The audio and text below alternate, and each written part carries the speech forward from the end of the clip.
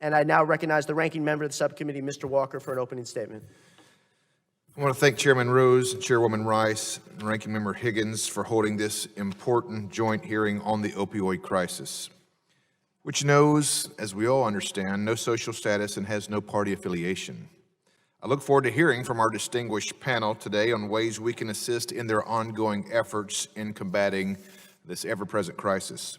Today, we hope to gain insight in how the Department of Homeland Security is supporting our state and local agencies who are working on the front lines to identify and treat the ongoing opioid crisis.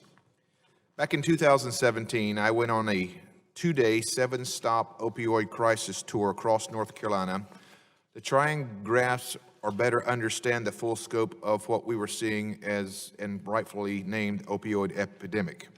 I received a firsthand account of the realities, the burdens and struggles my fellow North Carolinians face every day. As a former minister, I can tell you firsthand accounts, being at the hospital and other places and seeing how the detriment that it has created for so many families. In my congressional districts, deaths related to fentanyl increased 195% in just 1 year alone between 2016 and 2017, real numbers that went from 64 fatalities to 189 fatalities. Across North Carolina, it is rare for a day to go by without the news of an arrest for opioid distribution, reports of overdose deaths, or first responders providing life-saving critical aid. I want to highlight the work at the Guilford County, that's our home county there in North Carolina, Emergency Services, specifically led by Director Jim Albright. They have partnered with a number of state and local agencies to develop the Guilford County solutions to the opioid problem.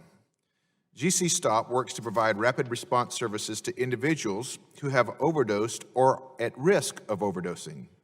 From March 2018 to April 2019, 13 months, GC Stop administered 1,661 doses of Naloxone, performed 447 rescues from overdose, and provided treatment to 157 patients.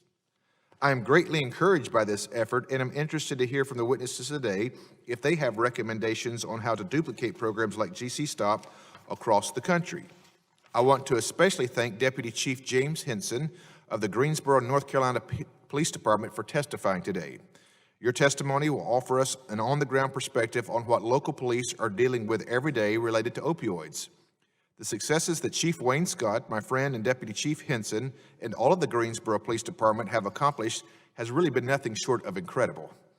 I have enjoyed working with you in the past, and I'm proud the committee will be able to hear your firsthand account on what you and the department has been done to help our home state. Today's hearing is an opportunity to better understand the threat facing law enforcement and communities across the United States. As legislators, we must continue to work in a bipartisan fashion to address the opioid crisis. I look forward to the panel's insight as to what is working well and recommendations for what could be done better. I want to thank all the witnesses for appearing here today, and I yield back the balance of my time.